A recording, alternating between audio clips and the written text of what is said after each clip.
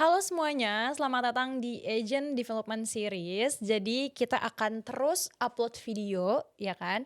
Jadi series ini akan banyak nih, terus-terusan upload. Ada episode 1, episode 2, sampai seterusnya. Diperuntukkan untuk teman-teman yang memang lagi cari peluang kerja atau di luar sana nih yang lagi bakat jadi marketing gitu kan. Udah ada skillnya, bisa banget ditonton video series ini karena ini untuk mengedukasi teman-teman semua, ya kan? Apalagi untuk teman-teman marketing yang udah di Prop to Go API ya, harus banget nonton videonya karena apa ini penting banget. Setelah videonya selesai, kita akan ada kuis yang harus diisi sama teman-teman marketing juga. Nah, dari situ kita tahu nih kemampuan tim marketing soal pengetahuan dari video-video yang telah kita upload. Di situ udah ada skornya ya. Jadi jangan malu-maluin ya teman-teman ya. Harus skornya 100 ya. Paling kecil 80, Pak. Betul? Betul. Jadi tema kali ini yaitu tentang canvassing yang katanya jadi jurus andalan top level marketing di setiap zaman. Nah, kita langsung bahas aja langsung ya Pak ya. Kenapa harus ada canvassing di apa ya di 2002 di 2025 ini karena kan udah zaman-zamannya online nih Pak. Kita perlu canvassing online udah cukup upload video, upload konten, ya kan? Tinggal prospek by Instagram ataupun TikTok gitu-gitu kan. Kenapa harus turun langsung ke lapangan? Oke, teman-teman semuanya, di ADS kali ini memang kita mau bahas spesifik tentang canvassing. Banyak yang saya perhatikan marketing-marketing properti secara khusus sudah mulai meninggalkan jurus ini. Bahkan bisa dibilang skill ini sudah mulai langka. Kenapa? Karena kecanggihan zaman dan juga udah mungkin kena adiksi ya ketika banyak sekarang udah bisa pasang iklan dan lain sebagainya. Jadi seolah-olah kayak mau gampang aja gitu. Meskipun memang sosial media, iklan, ya, online, marketplace itu bisa membantu kita dalam meningkatkan produktivitas. Tapi ada kata kunci di situ sebenarnya, yaitu apa? Membantu, Oke. bukan menciptakan produktivitas itu sendiri. Jadi dengan kata lain sebenarnya itu hanya alat bantu yang kita harus punya nilai awalnya. Dan ingat, kita kan ini ibarat kata gini, kenapa canvassing ini tetap penting, tetap perlu ya, dan akan stay relevan di semua zaman dan ini adalah jurus andalannya top marketing. Karena satu, yang pertama, calon bayar kita itu kan mereka kan manusia juga, makhluk sosial nih ceritanya, Amel ya teman-teman Ya. ya. Teman-teman pernah nggak, ini contoh aja deh, kita pakai analogi ya, eee, si A, si B lagi chatting. Entah baru kenal atau mungkin udah lama, tapi kok kayaknya di chatting itu kayak kurang respon, Oke. kurang atau bahkan mungkin terkesan kayak lagi marah atau apa, Mhm ya mhm. kan. Kita biasanya pasti bertanya-tanya, "Ini kok kayaknya nggak respon," ya kan. Mhm. Atau, kita nggak tahu persis apakah dia memang nggak respon karena nggak suka kita, karena sibuk atau apa, Mhm. ya kan. Tapi ketika kita coba telepon dia, kok suaranya ramah, kok beda, atau Ya. mungkin masih masih marah tapi kayak udah lebih lembut gitu. Pernah ngalamin nggak kayak gitu? Pasti pasti pernah kan? Pernah pernah Nah, banget. akhirnya pas ketemuan, beda lagi. Kok kayaknya orang yang berbeda gitu. Kayak lebih nyaman aja pas ketemu. Nah, Mhm. pertanyaannya, kenapa itu bisa terjadi? Nah, kalau teman-teman di posisi yang di sana, Mhm. kenapa? Kan salah satunya karena kita nih makhluk sosial ya, kita punya empati, kita punya Yes. simpati. Contoh kita deh, kalau kita ditawarin sama yang dari jauh, kita nggak kenal dan lain sebagainya, kan ada kecenderungan kayak males gitu loh. Kayak, "Ah, entar deh, Iya. butuh nggak butuh, acuh tah acuh," gitu Mhm ya. mhm. Tapi kalau udah ketemu, SKSD aja gitu. Sok Be kenal, sok deket, lebih mhm. lebih bisa cair, ya kan. Mhm mhm. Nah, itu sebenarnya jalan masuk ya. Artinya gini, interaksi itu jadi positif. Kita jadi bisa bangun hubungan, Yes. kebuka, dan kita jadi bisa tahu banyak. Nah, mungkin awalnya itu dulu deh. Iya, berarti yang dibilang Pak Frans tadi, ketika kita ketemu langsung sama seseorang ataupun ya mungkin dari ring satu dulu kali ya teman lama yang ternyata sekarang jadi investor atau segala macam, itu lebih enak face to face karena mungkin dari sisi mereka juga lebih tahu kali ya pas kita ketemu langsung tuh energinya beda, terus juga vibes-nya juga beda gitu. Beda banget sama di telepon. Ya contohnya aja misalnya bales GPP, pasti teman-teman nyangkanya marah nih, padahal nggak apa-apa gitu. Betul betul. Kayak gitu kan. Tulisannya huruf besar. Wah ini pasti lagi marah nih. Nggak taunya dia gaptek. Dia nggak bisa Iya. ngecilin huruf. Bisa. Udah langsung overthinking aja tuh Betul. biasanya. Oke, kita langsung masuk ke segmen kedua. Nah, kenapa canvassing itu wajib, Pak? Banyak yang berpikirnya canvassing itu hanya bagi flyer, Yes. ya kan? Mm. Ya mungkin itu juga diwajibin sama prinsipalnya atau apa gitu ya. Tapi sekali lagi teman-teman ya, ketika kita canvassing sebenarnya orientasi kita nggak langsung jualan ya. Oke. Karena gini, kalau ini kita ngomongin properti, marketing properti nih teman-teman ya, agent. Barangnya barang yang harganya tuh ada gitu. 1M, 2M. Kita tahu persis ada perbedaan ya. Kalau misalkan kita bicara marketplace, orang jualan barang yang harganya cuman mulai dari puluhan ribu, ratusan ribu, mungkin ada HP juga ya sampai 10 juta masih bisa online. Tapi kalau kita bicara udah ratusan juta, miliaran, online aja tuh nggak akan pernah cukup. Lagi pula ada banyak hal kalau kita bicara canvassing sebenarnya. Bicara tentang orangnya yang tadi kita opening di depan, ya kita juga bicara tentang objeknya. Karena banyak yang eh, kita canvassing itu juga bicara tentang analisa area, Oke. ya kan? Kita memahami listing yang mau kita jual Yes. supaya sambilan kita cari subjeknya, kita juga pelajari objeknya. Banyak aspek di dalam canvassing yang sekalian kita jalan, kita bisa dapat gitu. Ya. Contohnya ada listing A. Katakanlah ruko atau rumah di Kelapa Gading misalkan. Nah, teman-teman datang ke sana, mungkin bawa flyer, ya kan? Dengan tujuan ketemu calon buyer. Random nih. Mm. Nah, tentunya teman-teman bisa sambil jalan ketemu calon buyer, juga bisa sekalian saat itu melihat situasi, kondisi, bagaimana peta listing di sana. Seperti analisa harga pasar, ya kan? Mm. Calon teman kobrok yang ada di sana. Yes. Dan itu tuh nggak bisa diwakili hanya dari data yang ada di internet. Kalaupun kita memang bisa ketemu data-data dari internet, akan lebih presisi, akan lebih akurat kalau memang kita datang ke sana. Nah, makanya memang disarankan teman-teman marketing ini yang memang listingannya juga bisa dikunjungi secara langsung. Maksudnya bukan kunjungan visit ke listing asetnya ya, tapi kalau misalkan teman-teman sekarang marketing posisi di Jakarta, ya biasanya listingan-listingan yang dipegang juga yang ada di Jakarta. Bukan yang di Bandung, bukan yang di Bali atau di mana gitu ya. Meskipun itu memang masih mungkin aja terjadi, tetapi biasanya tingkat akurasi dan presisinya itu akan lebih baik yang memang teman-teman bisa jangkau secara langsung, ya kan? Nah, termasuk balik Oke. lagi bagaimana kita bisa masuk ke si calon buyer kita untuk kenalan ngobrol. Karena gini, kan ketika kita datang, kita mau memperlihatkan siapa kita, Ya. ya kan? Tapi kita juga mau tahu calon buyer kita ini seperti apa profilnya. Apakah dia benar-benar potensial buyer atau enggak? Sekarang kalau misalkan dibalik nih teman-teman, kita bicara online. Ada calon buyer masuk, ya kan? Mm-mm. Lewat respon. Nah, toh teman-teman juga belum tahu persis ini serius apa enggak dia. Yes. Di satu sisi, si buyer juga belum tahu kita persis, Mhm. apakah kita yang jual serius, kita juga nggak tahu persis dia. Apakah yang mau beli ini serius atau enggak? Sedalam apa? Tapi ketika kita punya kesempatan buat canvassing dan ketemu langsung sama orangnya, nggak mungkin juga langsung jualan, tapi kita bisa dapat kesan pertamanya, impresinya tuh seperti apa. Apakah dia memang punya kemampuan beli, apakah memang dia punya kebutuhan, ya kan? Dan ini perlu persiapan khusus memang, tapi intinya kalau teman-teman nanti ngikutin ini sampai selesai materinya gitu ya, kita kan juga bicara tentang persiapannya, Mhm. apa-apa yang harus dihindari segala macam, dan sekali lagi, kalau teman-teman nggak canvassing, teman-teman akan melewatkan nih, yang paling penting sebenarnya adalah hot buyer yang ada di sana. Karena Oke. sebagus-bagusnya online, masih banyak potensial buyer itu yang nggak bisa dijangkau sama online.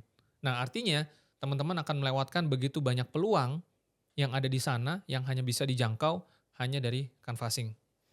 Iya, yang dimaksud Pak Frans juga mungkin ketika kita canvassing ini, kita tuh jadi lebih tahu dan lebih explore ya, untuk misalnya di listingan Bekasi atau di area tertentu kita jadi explore, oh ternyata di sekitar listingan itu ada peluang bisnis yang bisa kita bangun ya di sekitarnya. Terus dari, apa namanya, lingkungan sekitarnya. Dan sebenarnya ketika kita canvassing juga, kita jauh lebih detail gitu. Pas kita mau presentasi ke investor ataupun kita mau presentasi ke buyer, kita tahu detail tentang listing yang mau kita jual. Jadi kita nggak kikuk nih, nggak AIU. Emang ini daerahnya bagus ya? Emang ada peluang apa di sini? Biasanya kan buyer kayak gitu ya atau investor kayak gitu. Betul. Terus ini untuk daerahnya rawan banjir gak sih? Terus kayak gini-gini. Pasti banyak pertanyaan-pertanyaan yang sebenarnya di luar pemikiran kita yang ternyata, oh ternyata buyer sampai segitunya ya nanya satu listingan tapi sampai ke akar-akarnya. Dan yang paling penting yang itu yang harus kita tahu juga sih. Iya, karena kan intinya kita ini mau jualan.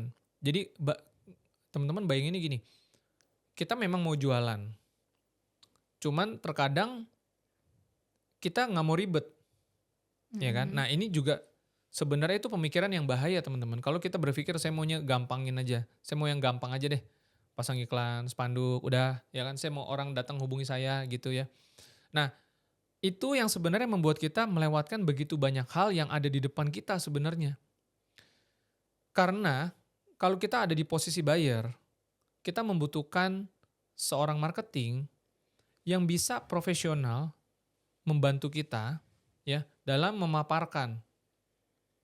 Ya bahkan buyer itu sebenarnya butuh digali kebutuhannya sebenarnya, Oke. ya kan? Kan Mm-mm. gini, kita kan ngebayanginnya orang datang si buyer dia udah tahu semua. Maksudnya dia udah ngerti segala macam dan kepengen kita tuh tinggal tinggal DP gitu kan. Ada Mm-mm. barang bagus ngelihat tinggal DP. Jadi mindset kita nih marketing kadang-kadang ngelihatnya berharapnya seperti marketplace, orang ada duit nyari ini, nyari barang, kita kasih lihat, oh ini cocok, DP.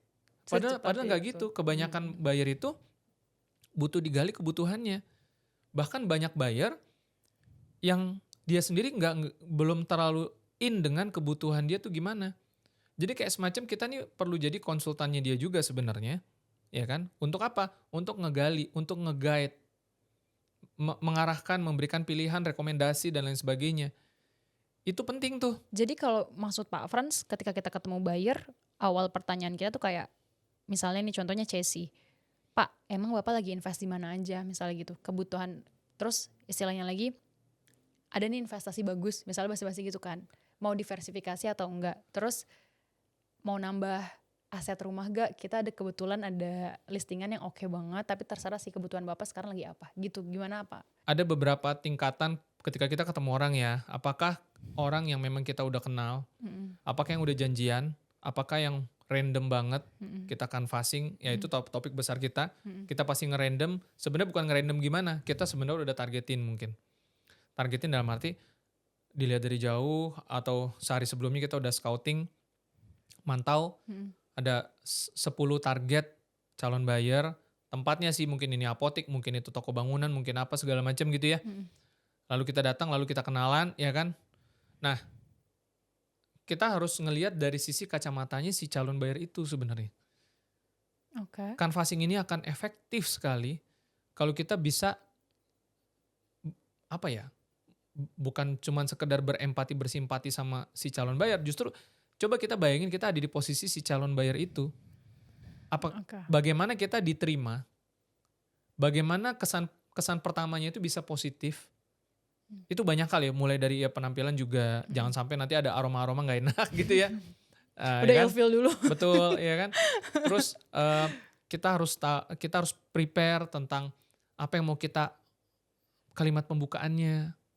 Bagaimana vibes positif itu ketika kita datang Ya, bisa secepat kilat, bisa teng gitu, tersalurkan. ada wow efek gitu ya. Mm-mm, Minimal positif lah mm-mm, gitu ya. Nggak kelihatan kayak auranya negatif atau apa, mm-mm. ya kan? Dan yang paling penting dari semua itu sebenarnya pastikan si calon buyer ini mengerti kita datang buat dia, bukan buat kita. Oke. Jadi didesain tuh sedemikian rupa tuh. Gimana caranya tuh untuk kebutuhan dia, kita bawa solusi buat dia, kita datang buat bantuin dia, itu pasti lebih diterima.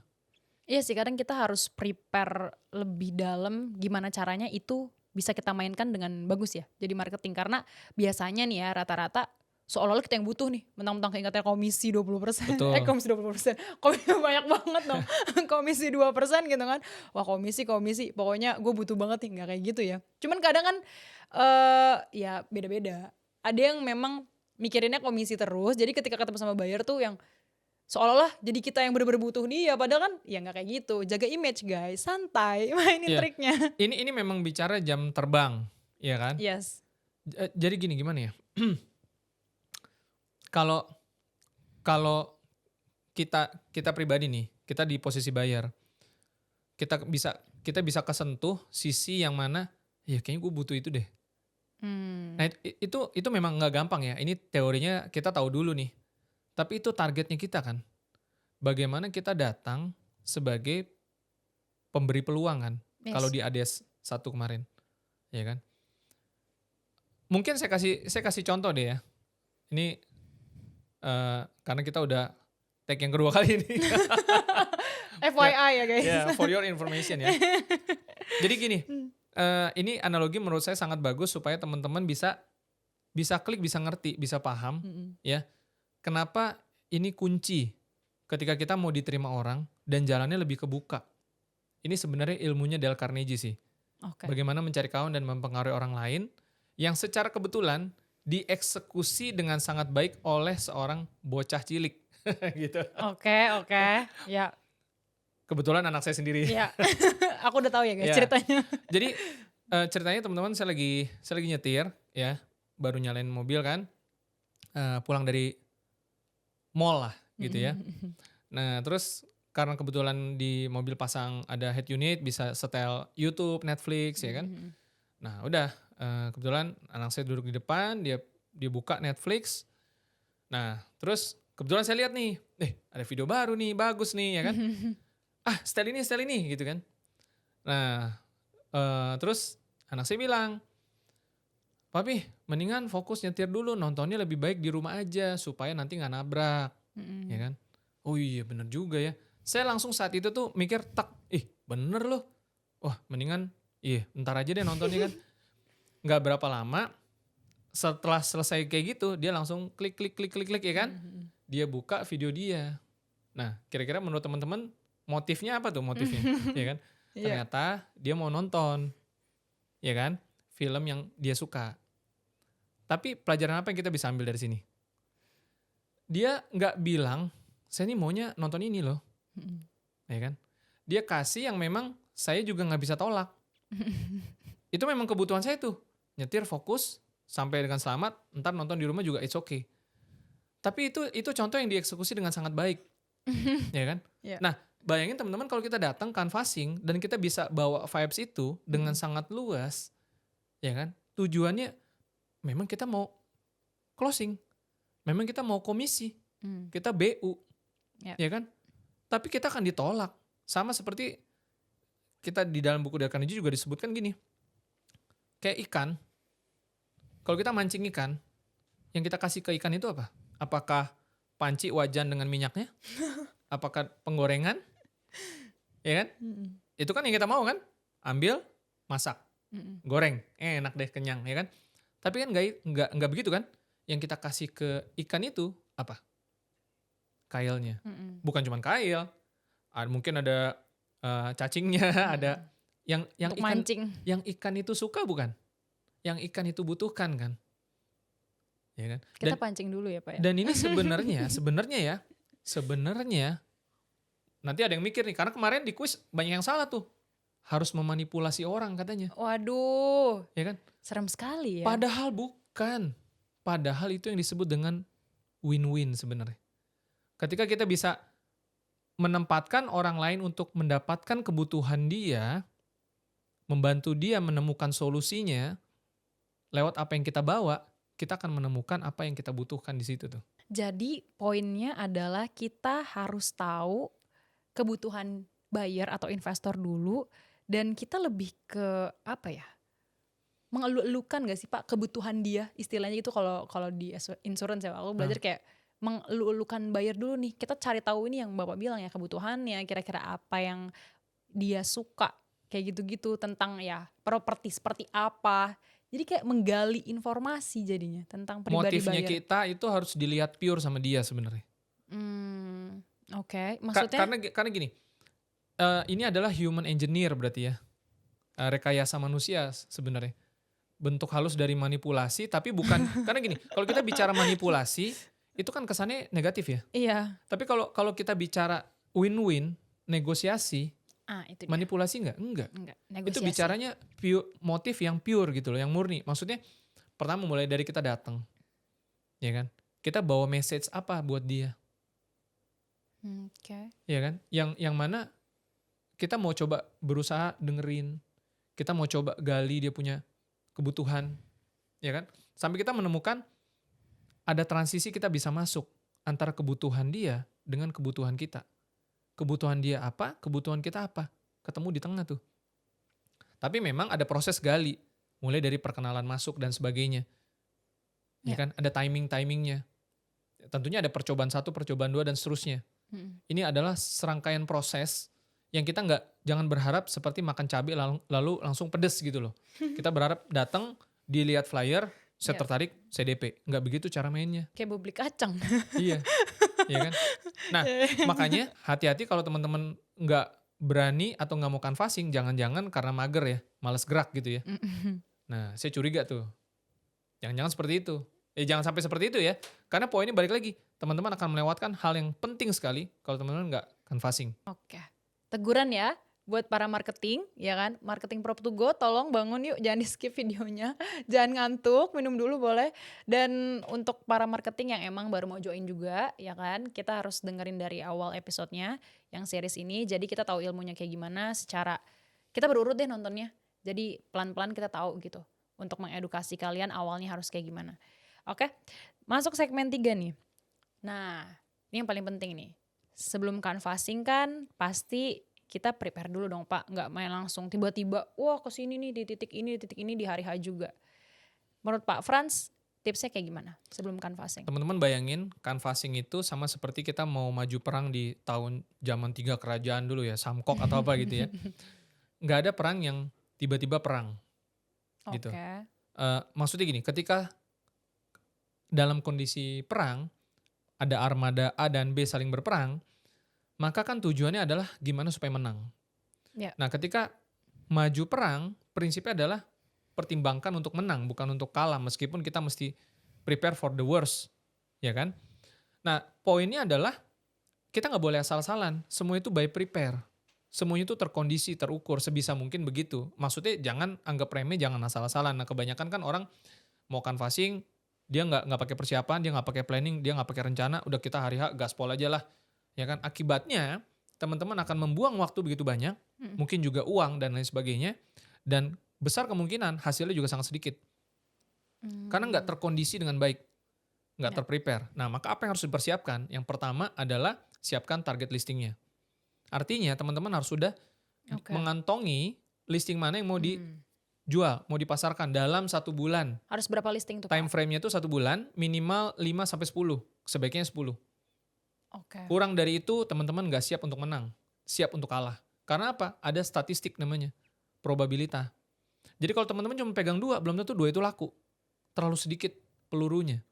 Karena setiap situasi di lapangan itu dinamis, sehingga kalau teman-teman pegang 10, itu jauh lebih baik, punya alternatif.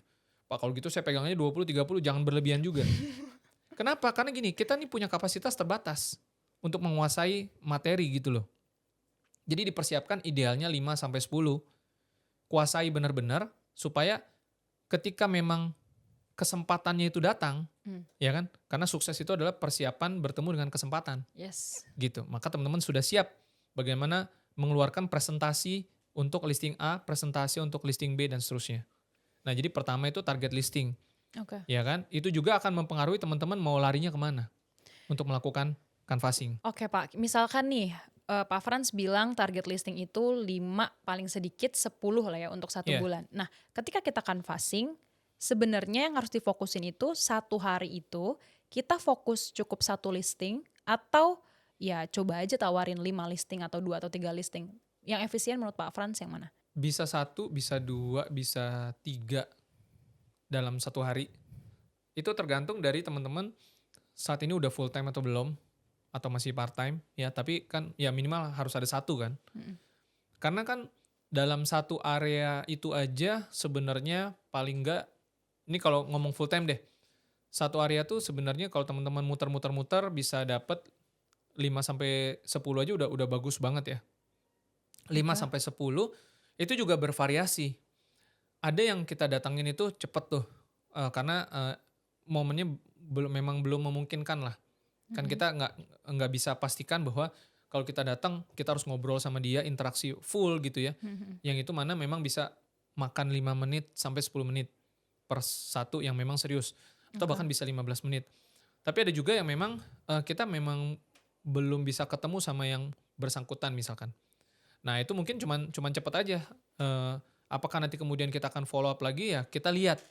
Nah makanya kita targetin mungkin kalau satu listing itu bisa 5 10 itu udah bagus. Kalau ditargetin coba ada yang berkualitas paling enggak 3 sampai 5 yang berkualitas. Artinya kita bisa, interaksi sama dia. Tapi kalau misalkan belum sampai interaksi, kita sebenarnya nggak perlu Mmm. ngitung. Kalau bisa yang dihitung itu benar-benar yang udah interaksi. Ya. 3, 5, 7. Sekitar segitu aja udah banyak. Nah, kalau memang bisa lebih dari satu listing dalam satu hari, kalau memang udah full time, itu sebenarnya juga cukup bagus. Mhm.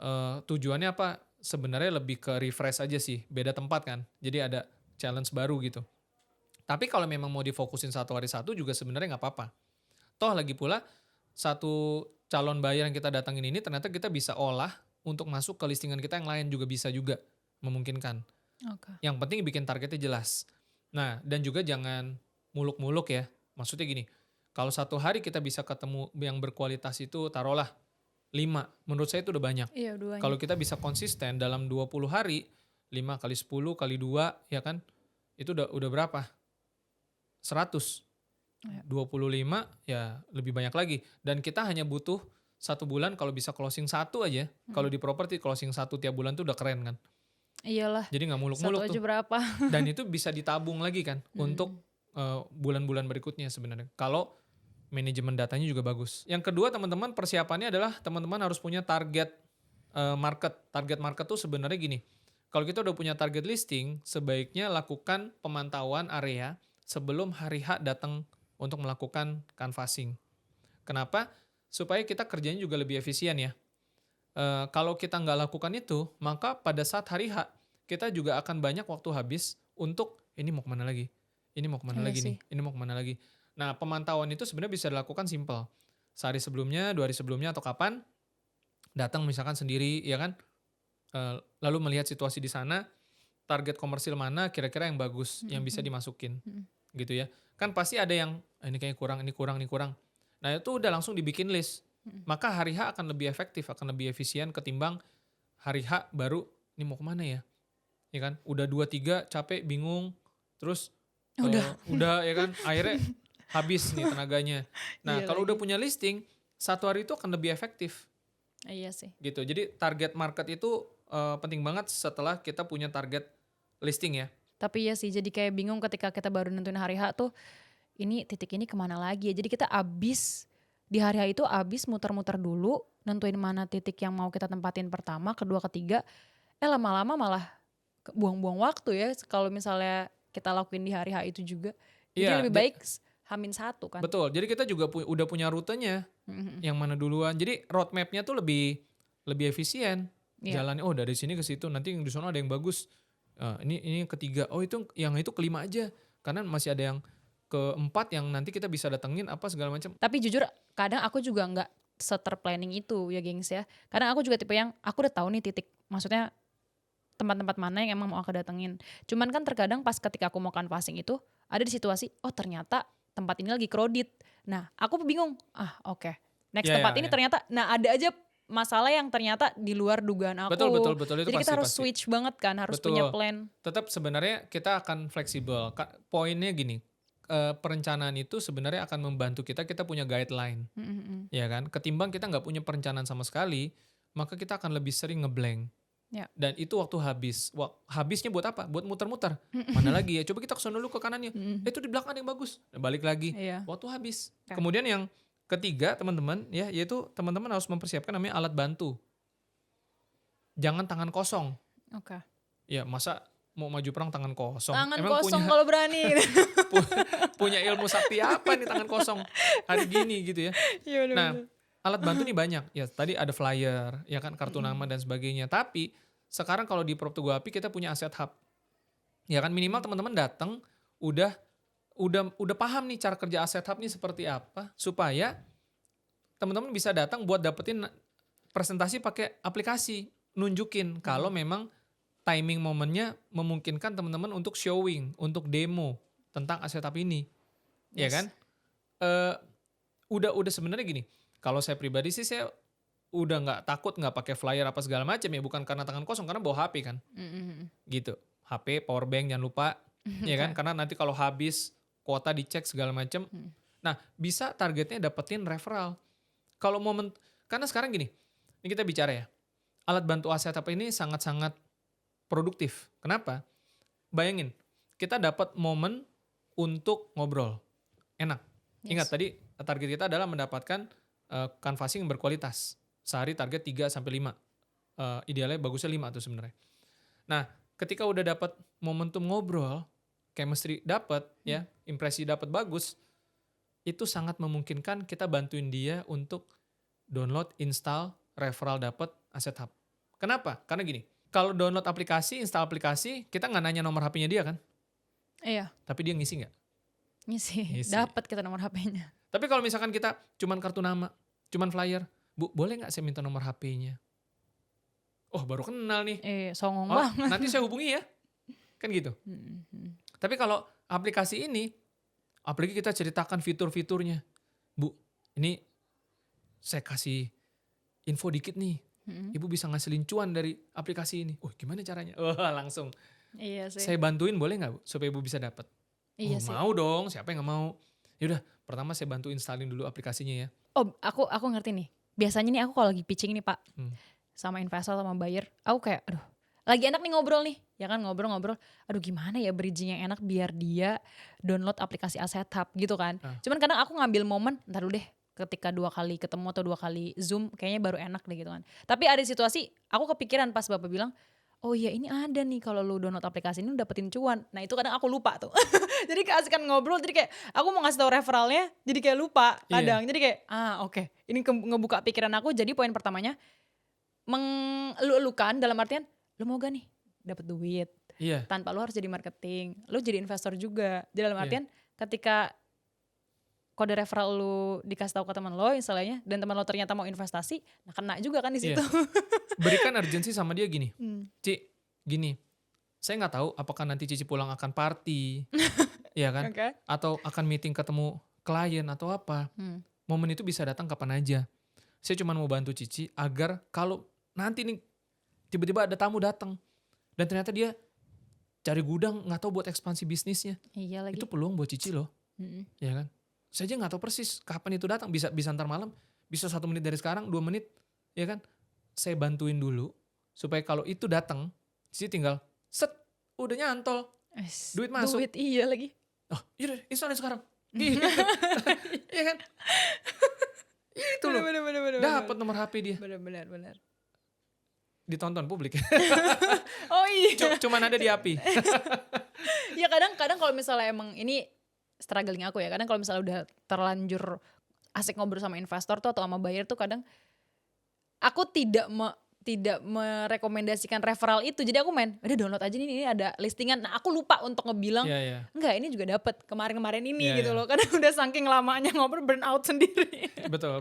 Oke nextnya ada apa nih Ya, Pak? nah yang keempat adalah strategi nih persiapan. Mau solo, mau kelompok. Kadang ada orang yang ngerasa kalau rame-rame itu lebih semangat, lebih seru. Boleh. Ada juga yang kadang, enakan solo. Kalau saya tipikal, saya terbang solo lebih Iya lagi sama. Aku gak bisa. lebih mudah, lebih cepat lah bermanuver apa segala macam gitu ya. Nah, balik lagi ini semua tergantung karakter dari teman-teman seperti apa. Mau berkelompok boleh, mau solo boleh, tapi yang pasti jangan karena biar rame gitu ya. Kadang-kadang malah nggak produktif rame-rame. Iya Tapi betul. bisa juga rame-rame lebih produktif. Intinya mau solo mau berkelompok semua Mhm. tergantung karakter teman-teman seperti apa. Yes. Tapi kalau memang belum ada kelompoknya, ya solo aja dulu, jangan nunggu. Mhm. Ya kan, nanti teman-teman akan habis waktu, itu penting ya, yang nomor 4 ya. Nah langsung aja ke nomor 5 teman-teman, yaitu persiapannya adalah tentang agenda, agenda kerja. Kalau kita udah punya target listing, lalu kita kan harus tadi bikin mau kemana dulu, ya Mhm kan. mhm. Nah kita harus tahu nih kapan waktunya kita turun canvassing, kapan kita harus follow up, ya kan. Nah kita harus punya catatan, jam berapa kita akan mulai, Yes. ya kan, jam berapa selesai, kalau Ya. bisa benar-benar ditargetin supaya balik lagi teman-teman kalau agenda kerja ini teman-teman punya pasti akan lebih efisien. Jadi ini tuh benar-benar kayak kita maju perang deh gitu ya, strateginya itu harus terukur, ya Yes. kan. Memang bisa fleksibel, bisa dinamis, tapi kalau teman-teman udah punya planning, udah punya agenda dan, stick pada rencana gitu ya, maka hasilnya juga bisa lebih baik gitu loh. Nah coba coba mulai dibiasakan lah poin-poin tadi ya untuk persiapannya. Jangan Ya. sampai nanti teman-teman pokoknya anggap remeh, udah langsung go show, Iya. ya kan, akhirnya ya nggak profesional gitu. Masuk ke segmen 4, di sini ada tujuan utama canvassing nih, Pak. Oke, ini sebenarnya segmen yang tadi udah nyempil di depan ya, bahwa kita teman-teman, canvassing itu poinnya adalah satu bukan sekedar bagi brosur, tapi bagaimana kita menciptakan interaksi yang positif. Yes. Dan yang lebih penting adalah sebenarnya menciptakan demand ya, menciptakan kebutuhan. Mhm mhm. Ini esensi banget. Nah, cuman balik lagi memang butuh jam terbang, butuh pengalaman. Intinya teman-teman di kepalanya udah dari sekarang tuh udah mulai mikir. Sekarang kan kita kita juga nggak suka ya didatengin sama marketing yang kemudian dia cuma nyerocos aja, panjang kali lebar di telepon, ya kan? Sampai udah di-tag-in namanya. Ini scam, ini apa segala macam ya kan? Poinnya adalah kita semua nih nggak ada yang suka diganggu. Iya, Dalam betul. pengertian dia datang cuman buat jualan. Mmm, Ini penting nih. Dia datang cuman buat jualan, bukan buat ngebantuin. Kasarnya kan. iya. Kalimat keduanya kan bukan untuk ngebantuin, tapi datang cuman buat jualan yang artinya fokusnya hanya pada dirinya saja si penjual itu, ya kan? Mhm mhm. Nah, benar ada tantangan, ada dinamika di lapangan. Itulah bagian dari proses Yes. kita sebagai marketing, ya kan? Bahwa bagaimana kita datang, kita positif. Gini, kalau kita datang dengan vibes yang positif, dengan mindset yang positif, itu beda aja udah pokoknya.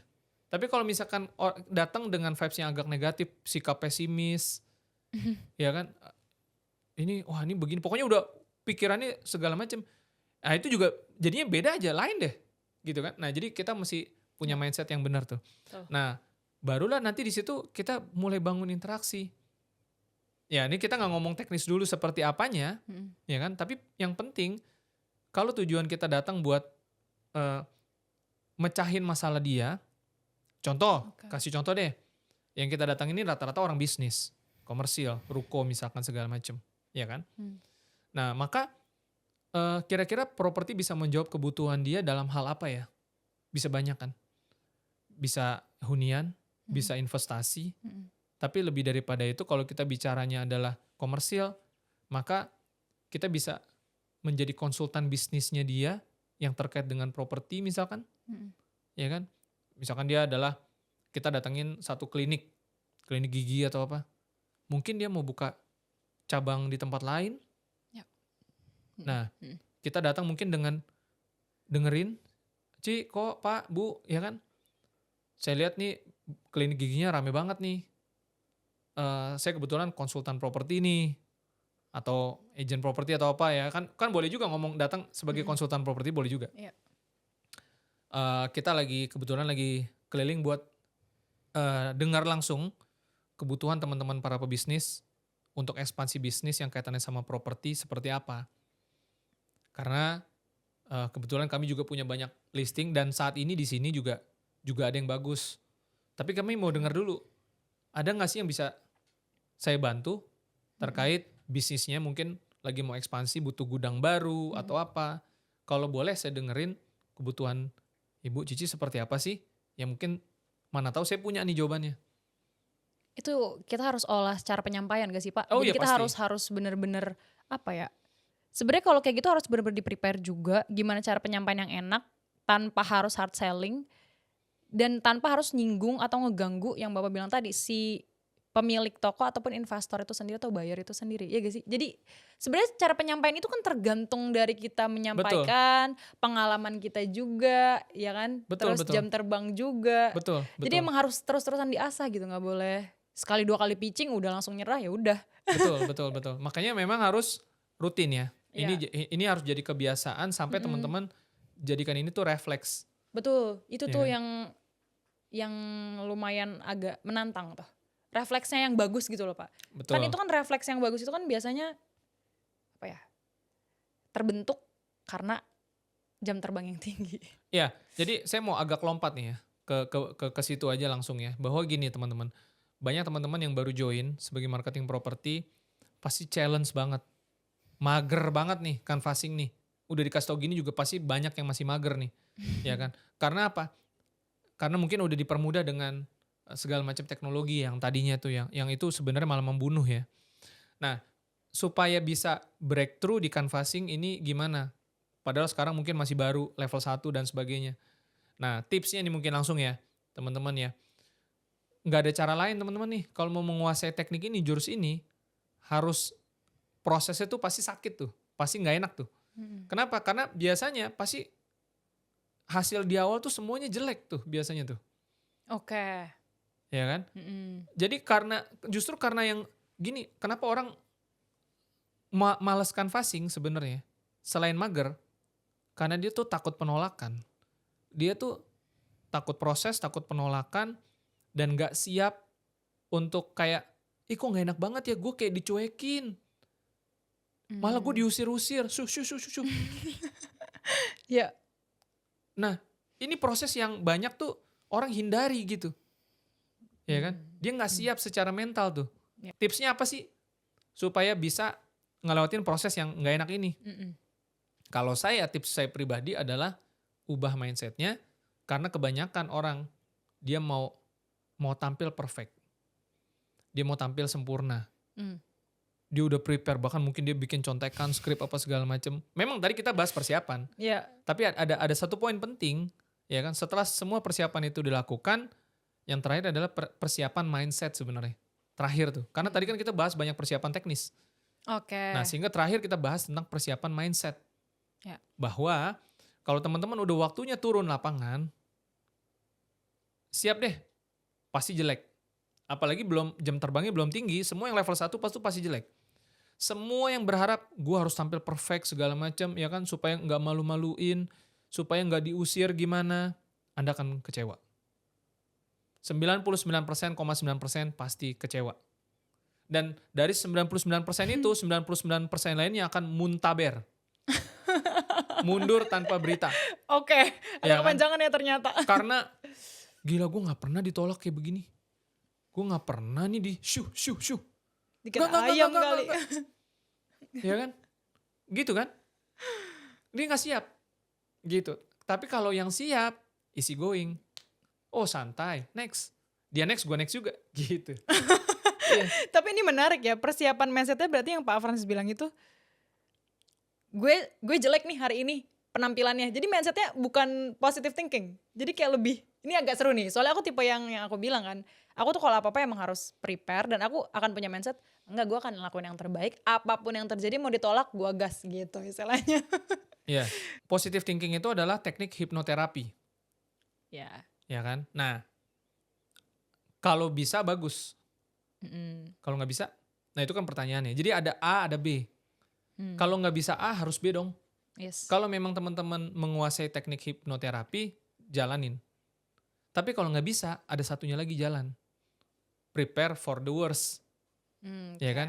Dimana, karena gini, kenapa orang yang mencoba, saya nggak bahas hipnoterapinya, ketika orang mencoba membangun positive thinkingnya, kalau kalau menurut saya ini bukan masalah dia mempersiapkan positive thinking ya, mmm, tapi dia mau tampil perfect. Dia dia dia dia seorang petinju yang berusaha menghindari pukulan, bukan Mmm, siap menerima pukulan, itu beda, gitu. Gimana oke. caranya gue menang tanpa kena pukul? Ya lu jangan bertinju, Oh, gitu, ya kan? oke oke. Lu pasti akan ditolak, lu akan Iya. di-shuh-shuh, Mhm mhm ya kan? mhm. "Sorry deh gue gak ada waktu." Karena kita juga gitu juga kan ketika ada orang nawarin kita kan. Mhm. Jadi itu bagian dari profesi marketing yang kita nggak bisa hindari. Nah, dan yang terpenting adalah kalaupun kita nggak di-shuh gitu ya, pintu udah Oke. kebuka nih, Mhm. itu pun Anda pasti jelek kok. Level 1, level 0 gitu ya, memulai itu pasti jelek. Yes. Cara memulai, "Ih kok gelagapan ya, kok belepotan ya?" Ya kan, "Kok gue keringet dingin ya? Ih nggak banget nih, nggak enak banget nih perasaan nih." Oke. Mhm. Gitu, ya kan. Nah, kalau nggak siap untuk menerima kondisi itu, orang tuh akhirnya nggak berproses, dia nggak bertumbuh. Dia akan berusaha nge-skip itu. Dan akhirnya dia tidak mengalami perubahan dari dalam. Karena itu Yes. yang saya alami dulu. Keringat dingin, udah mau masuk canvassing, udah waktunya turun dari motor, maju lagi. Itu saya alami tahun 2006 waktu itu. Oke. Gitu, nggak gampang. Dan ternyata hanya ada satu jalan tuh untuk bisa segera melewati itu semua. Cuman ada satu jalan. Ya lu mesti hadapi tuh siksaan neraka itu tuh. Pahitnya lah ya, lu Iya, makan tuh pahitnya istilahnya. betul. Eee, dan jadi gini, tubuh kita tuh punya mekanisme adaptasi yang teman-teman mesti paham cara kerja biologis kita nih, ya kan. Mhm. Untuk bisa menjadi refleks, dia harus dibangun setahap demi tahap tuh. Jadi kalau dalam gym itu, Mmm. eee, otot nggak tiba-tiba gede, tapi dia akan melalui proses destruktif dulu. Oke. Destruktif, konstruktif gitu terus sampai dia jadi tuh, Mhm ya kan. mhm. Nah, sama. Jadi kalau temen-temen jadi gini, ketika mindset-nya, "Nih gue pasti jelek nih." Mhm. Ya kan? Oh udah jalanin deh, bener jelek. Habis itu dicatat. Kita sambil nyatet diri kita sendiri tuh. Oh iya, jeleknya kebangetan nih, ya kan? Nah, percobaan Ya kedua, evaluasi betul. jelek Yes. lagi, tapi udah nggak kebangetan. Mmm. Oh berarti ada improvement nih, ya kan? Nah, makanya tipsnya, triknya di awal adalah teman-teman boleh cari target customer yang kira-kira tingkat closingnya rendah dulu deh. Buat latihan mental itu dulu tuh. Oh, iya iya. Jangan yang langsung maunya langsung closing. Ya mungkin ujung-ujungnya bawa leader juga ya. Tapi Waduh. bukan itu poinnya. Di sini kan teman-teman harus ngerasa skill itu adalah skill yang harus di-acquire secepat mungkin. Ya, Ya kan kalau main game itu ibarat kata tuh itu skill penting tuh. Harus di-learn segera tuh. sampai tajam tuh diasah. Dikuasai supaya bisa lawan final bossnya nanti. Mmm, Karena kalau itu udah dikuasai, teman-teman dimanapun udah enak banget. betul. Ya kan? Jadi jangan cuma tergantung sama sama leader. Intinya Mhm balik lagi mindsetnya dirubah ya. Kalau mau pakai positive thinking bisa, mhm. hipnoterapi bisa, tapi yang kalau saya jurusnya adalah saya prepare for the worst, saya tahu ini pasti akan jelek, lalu saya catat, saya lihat kemajuan setahap demi tahap, ya kan saya enjoy the process, nikmatin air rasa sakitnya, ya kan, kumpulin tiket kegagalan, sampai akhirnya tiket kegagalannya habis, nah kemudian tiba-tiba kita udah di level yang mana kita juga mungkin kaget, perasaan dulu keringetan, Mmm. sekarang kok biasa aja mau ketemu siapapun santai aja, Mhm. ya kan? Dan bahkan teman-teman akan sampai di titik yang mana udah bisa jadi dominan sebagai marketing. I see. Bukan dominan secara negatif ya, Mhm. tapi kalau di apa istilahnya? Alfa, jadi alfa, Mhm. ya kan? Alfa itu adalah dia punya aura dominannya kuat. Ya. Sekali lagi bukan secara negatif mendominasi pembicaraan enggak, Iya, heeh. tapi vibes-nya itu jadi ngarahin dia gitu loh. Mhm. Bisa jadi dia jadi tahu kita nih yang punya kita yang Ranah. dominan, iya yang punya ranah, Iya. yang punya kekuatan di situ Yes. gitu. Kita Iya. master of territory gitu loh. Iya kan? Kita Kira-kira emang yang gitu. bener-bener apa ya, konsultan parah deh. Betul betul betul betul, Iya. gitu. Lu boleh punya uang, gue punya knowledge. Iya Kira-kira iya. gitu. Debatin aja tuh langsung. Ya, Seru seru seru, iya iya iya. gitu loh. Oke, gitu ya teman-teman marketing ya, semua butuh proses ya, jadi jangan mau langsung cepet kalau tahu ternyata skill-nya masih kurang banget. Kita langsung ke segmen 5, ada peran dashboard dan sinergi digital. Nah penting nih. Oke, ini bahasa gampangnya teman-teman ya, kita masuk ke segmen yang namanya fungsi kolam. Di Prop to Go API kita sudah merancang sistem sedemikian rupa supaya nggak ada satupun marketing yang memang sudah bertumbuh, berproses, berkembang gitu ya, lalu kerjanya sia-sia atau bahasanya itu mulai lagi dari nol, mulai lagi dari nol. Yes. Sekedar catatan teman-teman boleh cross check mayoritas agent properti ketika jualan dari satu aset ke aset berikutnya ke aset berikutnya selalu mulai dari nol ya, mulai dari nol ya, mulai dari nol. Buktinya apa? Selalu pasang iklan lagi, selalu pasang spanduk lagi dan seterusnya dan seterusnya. Ya. Ya kan? Bukan nggak boleh, bukan nggak boleh, tapi mau sampai kapan? Mm. Ya kan? Kita harus belajar dari bisnis lain yang bisa ngebangun kolam. Ya. Maksudnya gini loh. Kemarin jualan aset A. Dapat 5 sampai 10 database. Lalu asetnya laku misalkan. Dari 10 closing 1. Yang 9 mau diapain? Harusnya bisa jadi database pool ya. Jadi kolamnya. Supaya next kita punya aset berikutnya dan sebagainya, dia tetap bisa terekspos. Intinya kita bisa tawarin lah ya. Betul.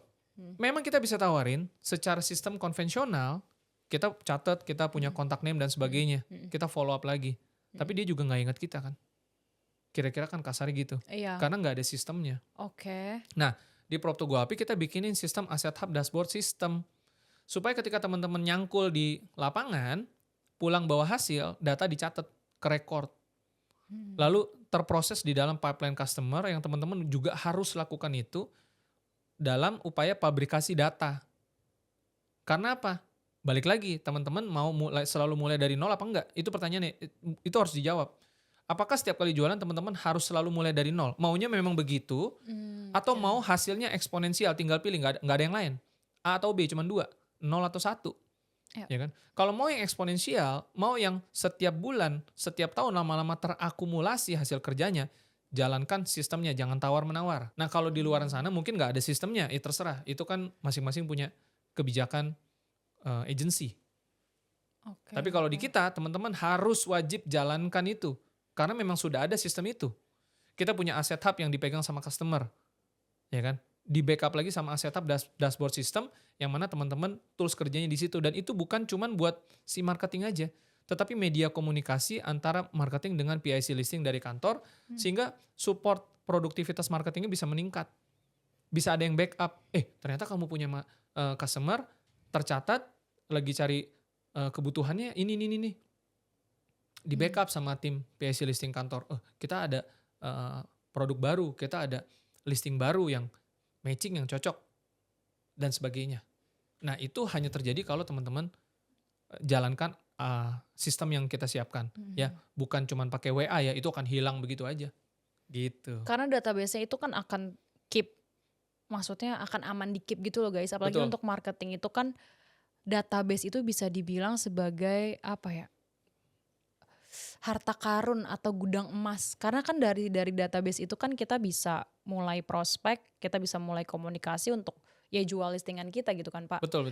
Jadi ini sistemnya udah bagus banget, bukan cuma dari sisi customer punya, tapi dari sisi marketing juga kita ada. Jadi setiap database, setiap kita pitching sama klien semua udah ke-record semua di situ tuh.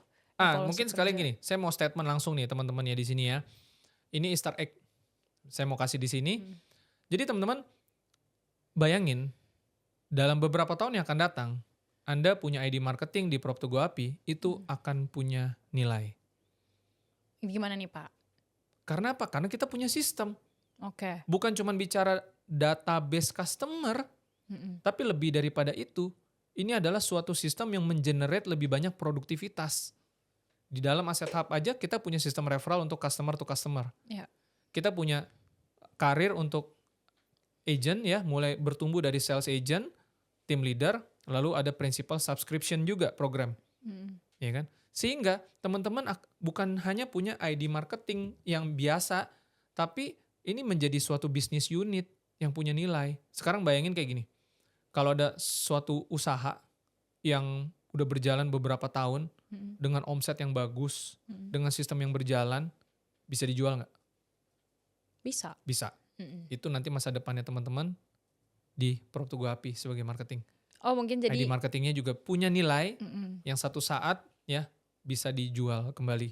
Jadi kayak simpelnya kalau anak Gen Z itu misalnya kalian punya banyak followers nih, Betul. 100.000 followers di Instagram. Nah, ketika kalian udah capek, gue nggak mau deh, udah anti sosmed banget, dijual deh tuh Instagramnya. Dan itu kan dapat uang kan, dan lumayan tuh bisa nilainya bisa gede juga tuh. Itu contoh yang paling simpel ya. Iya, contoh Ya. simpelnya mungkin gitu ya. Tapi balik lagi ini bukan cuman sekedar database customer aja. Kita meng-create sesuatu yang nilai produktivitasnya itu melampaui itu semua. Tinggal tunggu tanggal mainnya, kita banyak rilis fitur-fitur baru di masa yang akan datang ya, nggak nunggu 10 tahun kok.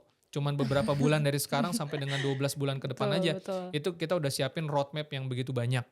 Ya kan? Sehingga kalau teman-teman nggak serius bangun karir di sini, cuman sekedar ini cuman buat sampingan, ini cuman buat ya pendapatan sampingan daripada nganggur di rumah. Ya udah, Anda membangun nilai yang rendah untuk diwariskan nantinya, Betul. gitu.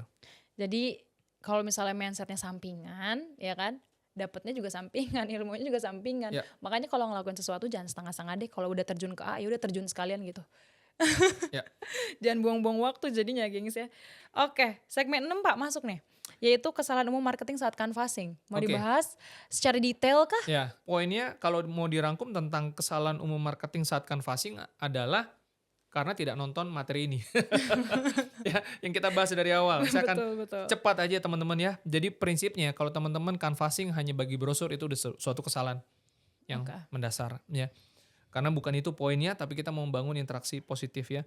Lalu kemudian teman-teman melakukan canvassing tanpa persiapan itu juga kesalahan, pasti akan banyak buang waktu, habiskan biaya dan lain sebagainya ya.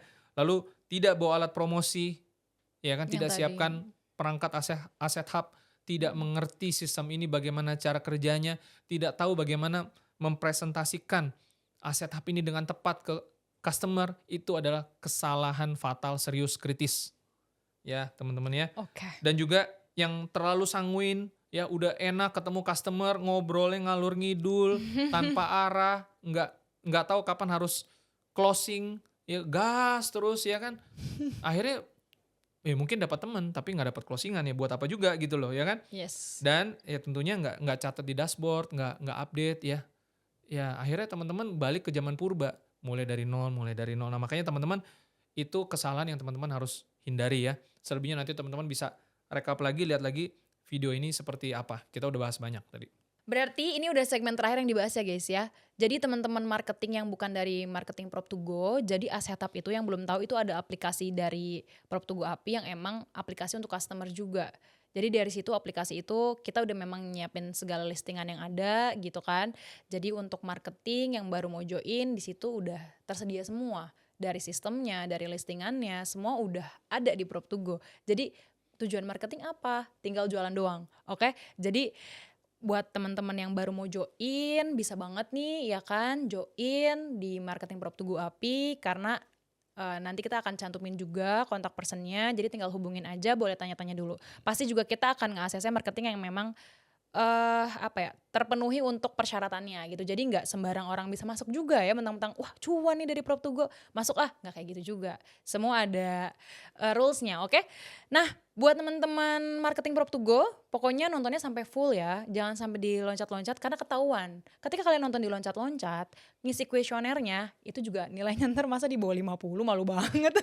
Ya. Jadi kalian gak siap jualan kalau kayak gitu, dari materi aja nggak nguasain, apalagi mau terjun langsung ke lapangan gitu ya.